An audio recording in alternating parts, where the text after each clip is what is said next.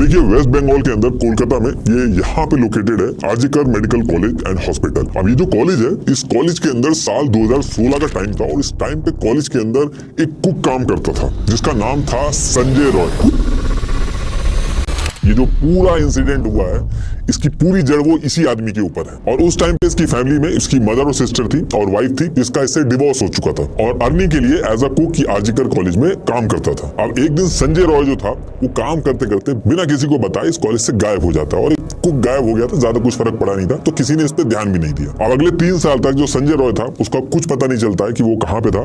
फिर 3 साल बाद यानी कि ईयर 2019 में संजय रॉय वेस्ट बंगाल की सिविक वॉलंटियर फोर्स को ज्वाइन कर लेता है। एक्चुअली वेस्ट बंगाल पुलिस में वर्क फोर्स कम होने की वजह से साल 2012 में वेस्ट बंगाल गवर्नमेंट जो थी वो सिविक वॉलंटियर फोर्स का कॉन्सेप्ट लेके आई थी जिसमें टेम्परेरी बेसिस पे पुलिस के सपोर्ट के लिए सिविक वॉलंटियर रखे जाने लगे जो पुलिस के अलग अलग कामों में हेल्प करते थे और जितना ये काम करते थे उसकी जरूरत के हिसाब से इनको पैसा दे दिया जाता था। 12,000 रुपए दिए जाते थे। शुरू में संजय रॉय जो था उसने सिविक वॉलंटियर फोर्स के डिजास्टर मैनेजमेंट ग्रुप को ज्वाइन किया था, लेकिन कुछ जुगाड़ लगा के नेताओं की चापलूसी वगैरह करके इसने अपने आप को डिजास्टर मैनेजमेंट से शिफ्ट करके सिविक वॉलंटियर फोर्स के वेलफेयर सेल में शिफ्ट करा लिया था। क्योंकि वेलफेयर सेल जो था उसमें हॉस्पिटल वगैरह आते थे तो जुगाड़ से हॉस्पिटल के अंदर फ्री में बेड दिलवा के एडमिशन करा के ऊपरी कमाई बहुत होती थी तो हर करप्ट सिविक वॉलंटियर जो था वो इसी सेल में जाना चाहता था। तो अपने आप को इस डिपार्टमेंट में शिफ्ट करा के डेली बेसिस पे ये गवर्नमेंट हॉस्पिटल में जाने लगा और ऊपरी कमाई करने लगा। तो शिफ्ट होने के बाद ये जो आरजीकर मेडिकल कॉलेज था इसके अंदर इसका आना जाना बहुत रेगुलर हो गया, कोई इसको रोकता टोकता नहीं था। ये जाके वहां पे पेशेंट्स को फ्री में जुगाड़ लगा के बेड्स वगैरह दिलवाता था और पैसे बनाता था। वेलफेयर सेल में शिफ्ट होने के बाद संजय रॉय जो था वो कोलकाता पुलिस की 4th बटालियन में आ गया था क्योंकि वेलफेयर सेल इसके अंडर ही आती है। तो करीब 1 साल के अंदर ही आरजीकर मेडिकल कॉलेज के अंदर इसकी पकड़ बहुत अच्छी हो गई थी। आना जाना तो पहले से था ही था इसका, क्योंकि पहले इसने बॉक्सिंग वगैरह भी करी थी तो इसकी वजह से इसको आरजीकर हॉस्पिटल के इमरजेंसी गेट और ट्रॉमा वार्ड के आसपास सिक्योरिटी संभालने का काम दिया गया। लेकिन इसका जो मेन फोकस था वो ब्रोकर की तरह बस बेड वगैरह दिला के पैसा कमाने में था, अपने कनेक्शन बनाने में था। और इसके साथ साथ जो नए लड़के आते थे उनसे पैसे लेके उनको सिविक वॉलंटियर भी बनवाता था। अब देखिए जैसे कांग्रेस की स्टूडेंट विंग है NSUI, ऐसी बीजेपी की ABVP है, ऐसे ही तृणमूल कांग्रेस की स्टूडेंट विंग है तृणमूल छात्र परिषद, जिसका काफी अच्छा इन्फ्लुएंस है आरजीकर मेडिकल कॉलेज की स्टूडेंट यूनियन में। और आरजीकर मेडिकल कॉलेज के जो स्टूडेंट इलेक्शंस होते हैं हर साल उसमें भी इनका बहुत अच्छा इन्फ्लुएंस होता है। तो ये जो संजय था ये स्टूडेंट विंग के प्रोमिनेंट लीडर जो थे उनकी भी बहुत चापलूसी करता था और उनसे इसने काफी अच्छे लिंक बना लिए थे। एक पुलिस वेलफेयर बोर्ड होता है जिसमें 14 मेंबर्स की सेंट्रल कमेटी होती है जिसमें पुलिस की फैमिली वगैरह जो होती है उनके वेलफेयर के लिए काम होता है। तो इसके लिंक इतने स्ट्रांग हो गए थे कि इस वेलफेयर के अंदर इसको भी रखा गया था। इनफैक्ट ये भी कहा गया कि इसके चक्कर में यानी कि इसके डिसअप्रूवल की वजह से कई पुलिस का ट्रांसफर भी हुआ। इसकी वजह से इसकी कंप्लेन भी हुई थी कि थाला पुलिस स्टेशन और श्याम बाजार पुलिस स्टेशन जो है वहां के 6 पुलिस वालों का ट्रांसफर में भी इसका बहुत बड़ा रोल रहा था। और उस टाइम पे जो इशू हुआ था ट्रांसफर वाला जिसमें संजय रॉय का नाम आया था, इसको टाइम्स ऑफ इंडिया ने भी रिपोर्ट किया था, लेकिन उसके बाद भी कुछ नहीं हुआ। अब इसके साथ साथ सेम ईयर यानी कि 2020 में संजय रॉय को हॉस्पिटल के अंदर रहने के लिए बैरक भी मिला जो generally police constable OC rank के होते हैं उनके लिए होता है। तो ये बैरक इसको भी मिलता। तो उस टाइम पे जो बैरक था ये ASI अनूप दत्ता का था जिसको संजय रॉय यूज करने लगा था। इसको ASI दत्ता के भी बहुत करीब माना जाता है। अभी रिसेंटली भी आपने फुटेज वगैरह देखी होंगी न्यूज मीडिया में, ASI दत्ता जो थे वो भाग रहे थे और मीडिया उनका पीछा कर रही थी। तो इनकी भी इंक्वायरी हो रही है इस समय, अभी आएंगे उस पर भी। तो संजय रॉय को डेली 5 लीटर पेट्रोल मिलता था इसकी बाइक के लिए, काम के हिसाब से 12,000 रुपए भी मिलते थे, हॉस्पिटल में फ्री बेड वगैरह दिलवा के इसकी कमाई तो ऊपर से हो ही रही थी। तो इसकी हर तरफ से इसके मजे थे। अब इसके 1 साल बाद यानी कि ईयर 2021 में आरजीकर हॉस्पिटल में एक बड़ा चेंज होता है। आरजीकर कॉलेज के अंदर एक नए प्रिंसिपल बनाए जाते हैं, डॉक्टर संदीप घोष। ये इससे पहले नेशनल मेडिकल कॉलेज के वाइस प्रेसिडेंट भी थे तो वहां पे काफी एलिगेशन वगैरह लगे इनके ऊपर। तो इनका ट्रांसफर करके आरजीकर मेडिकल कॉलेज में लाया गया प्रिंसिपल बना के। और जब ये प्रिंसिपल बने थे तो आरजीकर कॉलेज के अंदर ही 16 साल से डेप्यूटी सुपरिटेंडेंट अख्तर अली जो थे उनका ये कहना था और ये चीज उन्होंने ऑन रिकॉर्ड भी बोली थी कि उन्होंने ऑब्जर्व किया कि ये सिविक वॉलंटियर संजय रॉय जो है ये प्रिंसिपल के बहुत क्लोज हो गया था उस टाइम पे। जो प्रिंसिपल के 4 खास लोग थे जैसे अफसर खान जैसे सोनू, तो उसमें ये संजय रॉय भी एक था। और यही वो टाइम था, इस टाइम पे संजय रॉय जो था उसने अपने आसपास के लोगों पे इन्फ्लुएंस बनाने के लिए अपनी बाइक के ऊपर कोलकाता पुलिस लिखवा दिया था, जबकि वो सिविक वॉलंटियर था। और जो वो टी शर्ट भी पहनता था उसके ऊपर भी इसने कोलकाता पुलिस लिखवा दिया था। उसके आसपास के जो लोग थे वो इसको पुलिस समझते थे, उनको डिफरेंस नहीं पता था सिविक वॉलंटियर और पुलिस फोर्स में। और इस टाइम पे इसका काफी अच्छा रुतबा था। हॉस्पिटल के कैंपस के अंदर भी इसकी बहुत चलती थी। बिना किसी गार्ड के रोक टोक के आराम से जिस वार्ड में जाना चाहता था, जिस फ्लोर में जाना चाहता था, जिस रूम में जाना चाहता था, बड़े आराम से जाता था। और 2022 का जब टाइम आता तो ये दोबारा से भी शादी करता है और बिना किसी दिक्कत के इसकी आराम से शादी हो जाती है। लेकिन शादी के कुछ ही दिन बाद ये डोमेस्टिक वायलेंस शुरू कर देता है। जैसे अपनी पहली पत्नी को मारता था, ठीक उसी तरीके से इसके साथ भी इसने मारपीटी शुरू कर दी थी। लेकिन हद तो तब पार हो गई थी जब इसकी वाइफ 3 मंथ प्रेग्नेंट थी और इसने उसके बाद भी इसको लात मार दी थी। इसकी तबीयत बहुत ज्यादा खराब हो गई थी, इलाज भी नहीं कराता था, मारता अलग से था। और फिर इसको लेके पुलिस स्टेशन में इसकी कंप्लेन भी होती है। लड़की की माँ आती है और वो कंप्लेन करती है। और इसके बाद भी जब कुछ नहीं होता है तो लड़की की माँ थक हार के अपनी बेटी को वापस ले जाती है। लेकिन कुछ ही टाइम बाद इसकी जो दूसरी वाइफ थी उसकी भी डेथ हो जाती है। उसमें बीमार गिरा, मारा धारा, बीमार गिरा, 3 महीना का पेट में बच्चा था, वो भी खराब किया। फिर पुलिस को रिपोर्ट लिखा, पुलिस रिपोर्ट लिया कालीगंज थाना में। अब इसके बाद ईयर आता है 2023। इस टाइम पे संजय रॉय आराम से अपनी जिंदगी काट रहा था। लेकिन इस टाइम पे प्रिंसिपल जो थे आर्जिकल कॉलेज के, उनका टाइम सही नहीं चल रहा था। और जून 2023 में बात काफी ज्यादा आगे बढ़ गई थी और लोगों ने, स्टूडेंट्स ने, जो स्टाफ थे, उन्होंने एलिगेशन लगाना चालू कर दिए थे कि जो प्रिंसिपल है ये करप्ट है, फाइनेंशियल फ्रॉड करे, इसने ह्यूमन बॉडी के पार्ट की भी तस्करी करी है, इस तरीके के भी एलिगेशन लगाए गए। और ऐसा सब कह क्यों रहे थे? इसके पीछे मेन रीजन था बंगाल हेल्थ डिपार्टमेंट के स्पेशल सेक्रेटरी देबाल कुमार घोष जो थे, उनकी इंक्वायरी का सबके सामने आना। जो इन्होंने रिपोर्ट पब्लिश की थी उसमें स्पेशल सेक्रेटरी देबाल कुमार घोष ने कहा था कि ये जो आर्जिकल मेडिकल कॉलेज के प्रिंसिपल डॉक्टर संदीप घोष हैं, इनके और कॉन्ट्रैक्टर के बीच में इलीगल एक्टिविटी हो रही है। प्रिंसिपल संदीप घोष जो है, इन्होंने कॉलेज के कंस्ट्रक्शन और रेनोवेशन के काम में बहुत सारे पैसे का घपला किया और एक सीक्रेट एग्रीमेंट भी साइन किया इन कॉन्ट्रैक्टर के साथ बिडिंग प्रोसेस के लिए। दूसरी चीज बोली गई कि आर्जिकल हॉस्पिटल के बायोमेडिकल वेस्ट में प्रिंसिपल जो है वो धांधली कर रहे हैं। एक्चुअली जो हॉस्पिटल होता है उसमें नॉर्मल वेस्ट के साथ साथ बायोमेडिकल वेस्ट भी होता है, जैसे यूज सिरिंज हो गई, ऑक्सीजन मास्क वगैरह हो गए। तो ये सारी चीजें जो होती हैं ये ऐसे ही कूड़े में नहीं फेंक दी जाती हैं, इसका बहुत नुकसान हो सकता है आम जिंदगी पे। तो इसके लिए एक BMW की अलग से सेल होती है, वो उसको उठा के ले जाती है, उसको मैनेज करती है ताकि दोबारा से यूज ना हो, ताकि HIV वगैरह या फिर कोई और बीमारी हो किसी को तो वो ना फैल जाए। तो इसलिए BMW सेल जो होता है एक प्रोसेस के थ्रू इस बायोमेडिकल वेस्ट को डिस्ट्रॉय करती है। तो इस चीज में कहा गया कि ये जो प्रिंसिपल संदीप घोष है, इन बायोमेडिकल वेस्ट को डिस्ट्रॉय करना तो बहुत दूर की बात है, बल्कि इसको ओपन मार्केट में जाके बेच रहे हैं और उसमें से 20% कट अपने लिए रख रहे हैं। और इसमें गवर्नमेंट के भी लोग इन्वॉल्व हैं और ये चीज आम जनता के लिए बहुत डेंजरस है और इस पे एक्शन लेना चाहिए। इसके बाद लोग जो थे वो बहुत ज्यादा प्रिंसिपल के पीछे पड़ जाते हैं। TV9 बांग्ला एक स्टिंग ऑपरेशन भी करता है, वीडियो का लिंक मैंने डिस्क्रिप्शन में लगा रखा है। और जब बहुत ज्यादा प्रोटेस्ट होने लगते हैं इसको लेके, तो सिर्फ 2 महीने बाद ही वेस्ट बंगाल गवर्नमेंट जो थी वो एक SIT बैठाती है और इसकी पूरी इन्वेस्टिगेशन स्टार्ट करती है। इसमें कई सारी चीजों को लेके जो प्रिंसिपल थे वो फंस गए थे। जैसे इसमें कहा गया कि NRS मेडिकल कॉलेज जो है उसकी और आर्जिकल मेडिकल कॉलेज जो है उसकी बेड कैपेसिटी सेम थी, लेकिन NRS मेडिकल कॉलेज का बायोमेडिकल वेस्ट 1,53,650 kg था।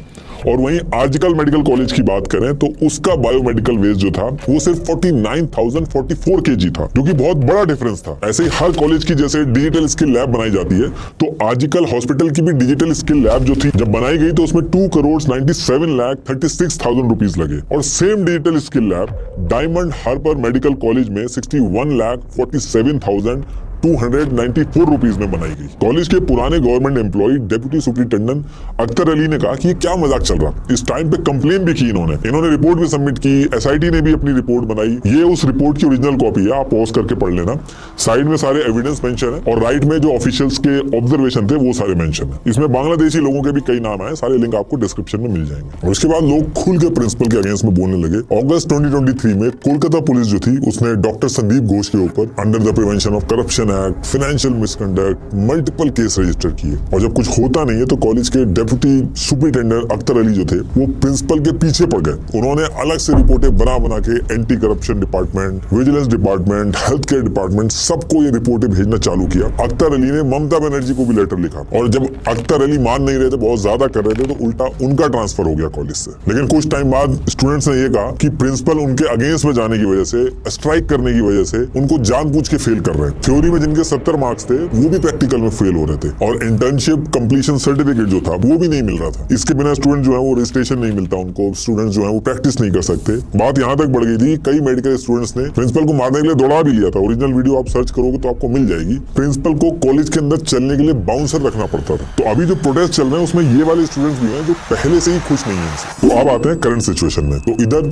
ये सारी चीजें चल रही थी, ऐसा करते करते ईयर आ चुका था 2024। तो ऐसे ही मार्च 2024 में, यानी कि इसी साल, एक औरत थी जिसका बेटा बहुत बीमार था। तो संजय रॉय जो था उसकी गलत नजर पड़ जाती है इसके ऊपर। वो इस औरत की मदद करता है, बेटे का इलाज करवाता है, दवाइयों तक के जो पैसे होते हैं वो संजय रॉय जो था वो खुद देता है, और औरत बहुत ज्यादा खुश हो जाती है इससे। लेकिन उसके बाद संजय रॉय क्या करता है, वो मेडिकल प्रिस्क्रिप्शन में से नंबर निकाल लेता है उस औरत का, और उसको बैक टू बैक गंदे मैसेज और कॉल वगैरह करने लगता है। ये जो मैं बता रहा हूँ ये न्यूज 18 बंगला ने उस टाइम पे कवर भी किया। तो ये उस टाइम पे उस औरत को बहुत ज्यादा हैरास करने लगता है और जबरदस्ती उसको मिलने के लिए बुलाता है कि तुझे आना पड़ेगा, और उसको डराता धमकाता भी है। तो औरत जो थी, जब उसके पास कोई चारा नहीं बचता और बहुत ज्यादा परेशान हो जाती है, तो उसको लाल बाजार पुलिस स्टेशन में जाके कंप्लेन करनी पड़ती है। लाल बाजार में ही कोलकाता पुलिस का हेडक्वार्टर है। तो ये कंप्लेन आने के बाद पुलिस जो है वो संजय रॉय को बुलाती है। पुलिस ने इसका कॉल डेटा रिकॉर्ड CDR निकलवाया और इसका मोबाइल वगैरह चेक किया, तो उसमें ये पकड़ा जाता है कि ये सच में परेशान कर रहा था। जितनी भी कॉल वगैरह थी सारी की सारी पुलिस ने ट्रेस कर ली थी। अब कायदे में तो इसके ऊपर IPC के तहत हरासमेंट के चार्जेस लगने थे, क्रिमिनल ब्रीच ऑफ ट्रस्ट वगैरह, ये दुनिया भर के चार्जेस लग सकते थे। इनफैक्ट इसकी जो सिविक वॉलंटियर की जो पोजीशन थी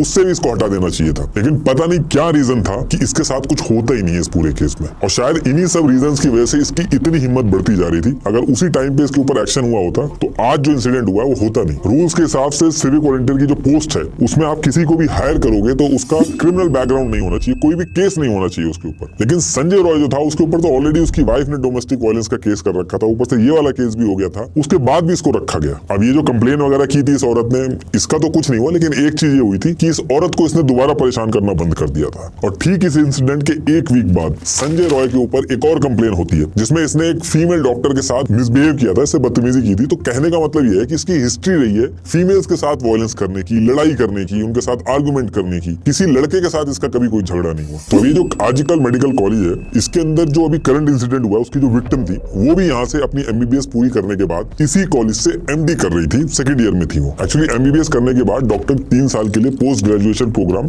MD या फिर MS ऑप्ट करते हैं। इनको रेसिडेंट डॉक्टर बोला जाता है। इंडिया के अंदर रेसिडेंट डॉक्टर जो होते हैं उनकी हालत बहुत खराब रहती है, उनसे बहुत ज्यादा काम कराया जाता है। एक तरह से हॉस्पिटल जो है वही इनका रेसिडेंट बन जाता है, इसीलिए इनको रेसिडेंट डॉक्टर बोला जाता है। तो ऐसे आजकल कॉलेज में ऐसे 300-400 से ज्यादा रेसिडेंट डॉक्टर थे। और विक्टिम जो थी, जो यहाँ से अपनी MD कर रही थी पूरी, वो अपने माँ बाप की अकेली लड़की थी। पेरेंट जो थे इनके, इन्होंने अपनी बेटी को बहुत ही मेहनत से कमा के पढ़ाया था। फादर इनके टेलर थे, तो फाइनेंशियल कंडीशन भी इनकी कोई अच्छी नहीं थी। पूरी फैमिली जो थी इस कॉलेज से MD पूरे होने का इंतजार कर रही थी, क्योंकि सेकंड ईयर में थी तो बहुत कम टाइम बचा था ताकि जल्दी से डॉक्टर बन सके। तो अब यहाँ से होता क्या है कि अगस्त मंथ का फर्स्ट वीक स्टार्ट हो चुका था, और 5 अगस्त से 8 अगस्त इसी साल की मैं बात कर रहा हूँ 2024 की, ये जो संजय रॉय था ये as a civic assistant Kharagpur के सालुआ जाना पड़ता है सिविक वॉलंटियर के किसी काम की वजह से। अभी वहां पे जाता है और 8 अगस्त को वापस आता है, और यही वो दिन था जिस दिन संजय रॉय इस हॉस्पिटल की हिस्ट्री का सबसे बड़ा क्राइम करने वाला था। तो इस दिन यानी कि 8 अगस्त 2024 को दिन में ही संजय रॉय जो था वो हॉस्पिटल में आता है। एक पेशेंट का एडमिशन कराना था इसको। ये पेशेंट जो था वो इसके ही जैसे एक सिविक वॉलंटियर था,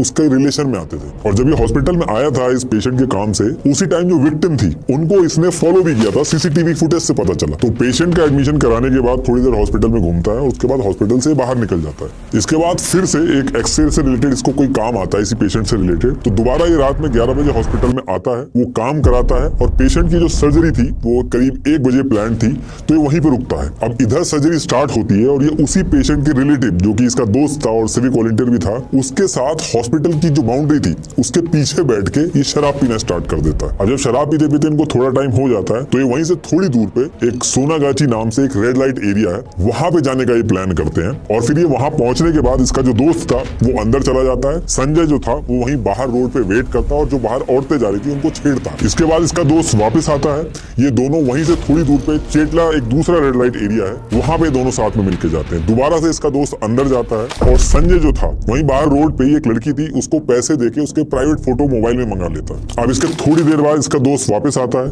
ये दोनों उसी एरिया में घूमते हैं, और उसके बाद इसका जो दोस्त होता है वो उबर बाइक को बुक करता है और वहां से दोस्त निकल जाता है। अब यहाँ से संजय जो था वो नशे की हालत में धुत था और अकेला था। यहाँ से वो वायलेंट एडल्ट कंटेंट देखता है अपने मोबाइल में, दोबारा से अल्कोहल जाके पीता है, और फिर ये कुछ देर बाद हॉस्पिटल की तरफ जाना स्टार्ट कर देता है। इस टाइम करीब 2 से 2:30 बज रहे थे और ये हॉस्पिटल की तरफ बढ़ने लगता है। वहीं दूसरी तरफ जो विक्टिम थी वो भी हॉस्पिटल में आई थी। उनकी 36 आवर की शिफ्ट चल रही थी जिसमें कॉन्टिन्यूसली लिमिटेड ब्रेक्स के साथ 36 आवर्स तक काम करना होता है और इस टाइम पे आप घर नहीं जा सकते, उसी हॉस्पिटल में रहना होता है। तो सोना, खाना पीना सब कुछ हॉस्पिटल में ही करना होता है। तो लास्ट 36 आवर्स से ये हॉस्पिटल में ही थी। रात में करीब 11 बजे के करीब ये जो विक्टिम थी इनकी अपने पेरेंट्स से फोन पे बात होती है। उसके बाद इनको भूख लगती है तो जो विक्टिम थी वो अपने फर्स्ट ईयर के 2 जूनियर थे इनके, ऑर्को और सौमित्रा, उनके साथ मिलकर बाहर से फूड ऑर्डर करती है। और उसके बाद ये लोग प्लान करते हैं कि नीरज चोपड़ा का ओलंपिक में उस समय लाइव जैवलिन थ्रो होना था तो उसको देखने का प्लान करते हैं। और टीवी जो था वो 3rd फ्लोर पे सेमिनार हॉल में था। तो ये तीनों लोग 3rd फ्लोर पे सेमिनार हॉल में पहुंचते हैं और ये तीनों ही चेस्ट मेडिसिन डिपार्टमेंट के ही थे। अब इसके बाद ये जो टीवी पे लाइव मैच देख रहे थे वो खत्म हो जाता है। ऑर्को और सौमित्रा जो थे वो सेमिनार हॉल से चले जाते हैं और विक्टिम वहीं अपनी स्टडी करती है। इसी सेमिनार हॉल में रात के 2 बज रहे थे और एक स्टाफ मेंबर था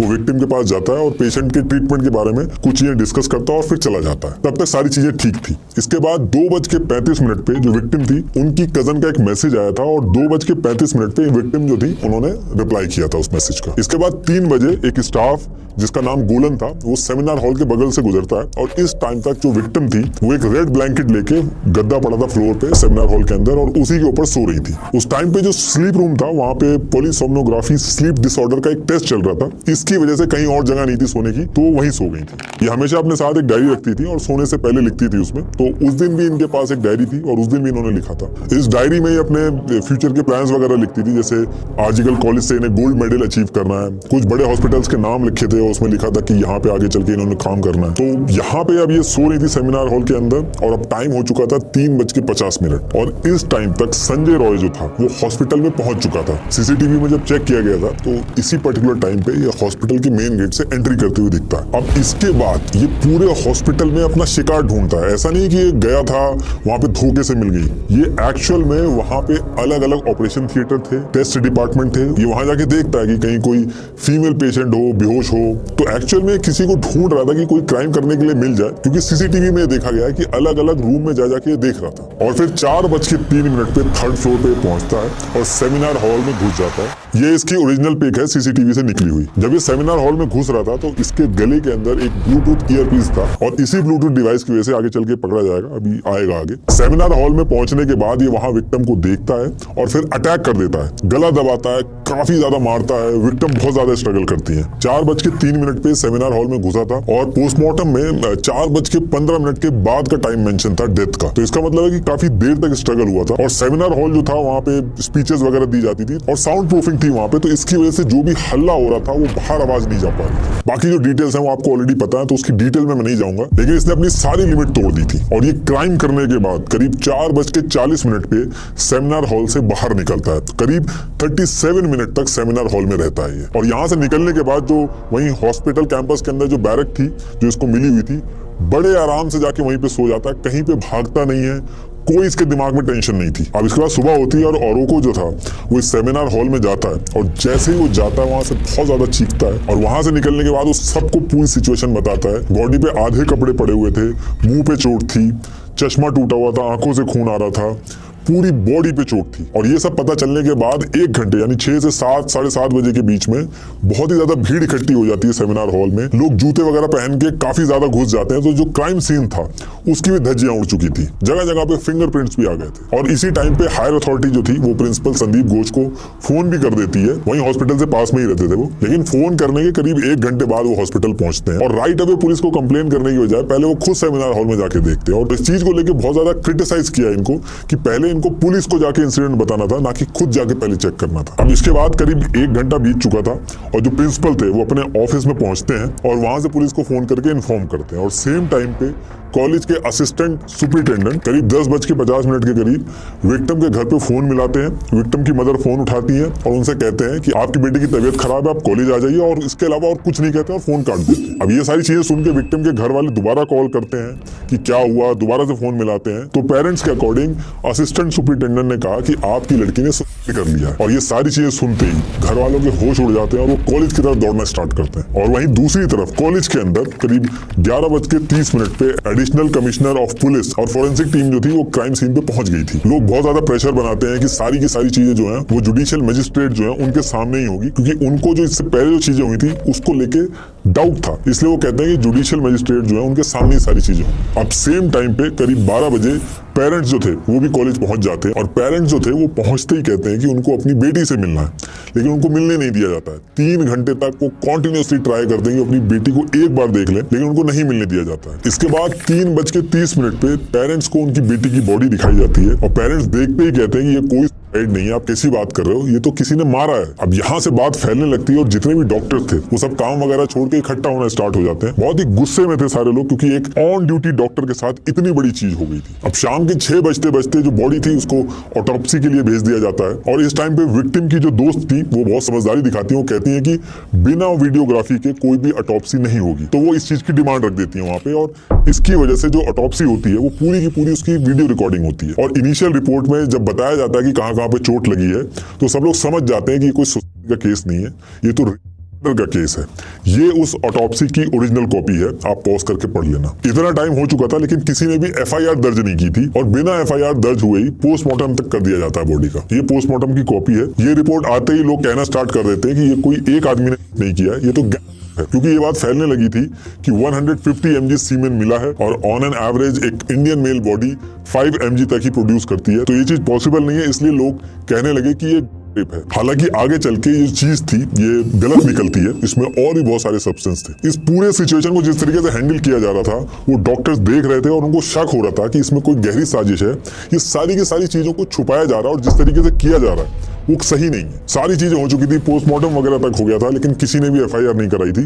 फिर विक्टिम के जो फादर थे उन्होंने जाके एफआईआर लिखवाई। स्टूडेंट्स ने बताया कि पुलिस भी बहुत ज्यादा जल्दी कर रही थी, उन्होंने तुरंत जाके शमशान घाट में जाके क्रिमेशन कर दिया। 3 बॉडी ऑलरेडी लगी हुई थी लाइन में, पुलिस ने उनको हटा के ये जो विक्टिम की बॉडी थी इनका क्रिमेशन स्टार्ट कर दिया और इसको लेके लोग बहुत ज्यादा गुस्सा हो रहे थे कि इतनी क्या जल्दी पड़ी हुई है इन लोगों को। अब यहाँ से जो है वो पॉलिटिक्स स्टार्ट होती है। लोग बहुत ज्यादा गुस्से में थे और गवर्नमेंट को समझ में आ गया था कि अब ये जो सारी चीजें उनके कंट्रोल से बाहर हो जाएंगी अगर सही तरीके से इसको हैंडल नहीं करेंगे। तो पुलिस डिपार्टमेंट को तुरंत बता दिया जाता है कि कैसे भी करके जो एक्यूज्ड है उसको कैसे भी करके पकड़ के लेके आओ। अब यहाँ से पुलिस पूरी जान लगा के इन्वेस्टिगेशन स्टार्ट करती है। पुलिस जब क्राइम सीन पे पहुंची थी तो उसको वहां से एक ब्लूटूथ ईयरपीस मिला था और इसको लेके पुलिस जो है वो सारे कॉलेज के जो कैमरा थे उनको देखना स्टार्ट करती है। सेमिनार हॉल जो था उसके अंदर कैमरा नहीं था, लेकिन सेमिनार हॉल की जो लॉबी थी उसकी एंट्री और एग्जिट दोनों जगह पे कैमरा था और पुलिस जो थी वो 3 बजे के बाद से कौन कौन सेमिनार हॉल के अंदर आया, कौन कौन बाहर गया, सबको देखना स्टार्ट करती है। और उसी टाइम पे पुलिस जो है वो संजय रॉय को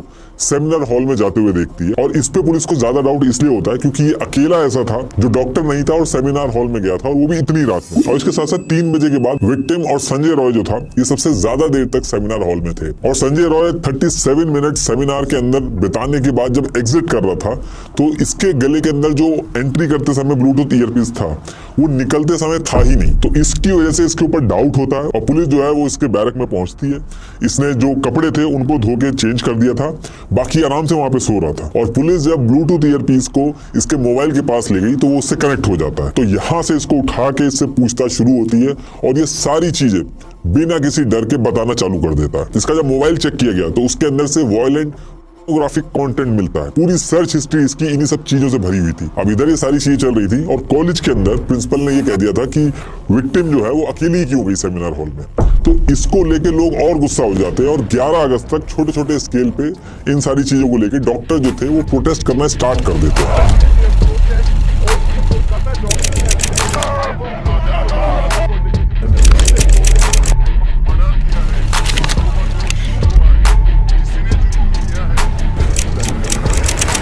प्रिंसिपल का रेजिग्नेशन मांगना भी स्टार्ट होता है कि इनका जरूर कुछ लिंक निकलेगा इसमें। और स्टूडेंट जो थे वो ऑन रिकॉर्ड बोल रहे थे कि ये जो एविडेंस है ये जानबूझ के मिटाए जा रहे हैं।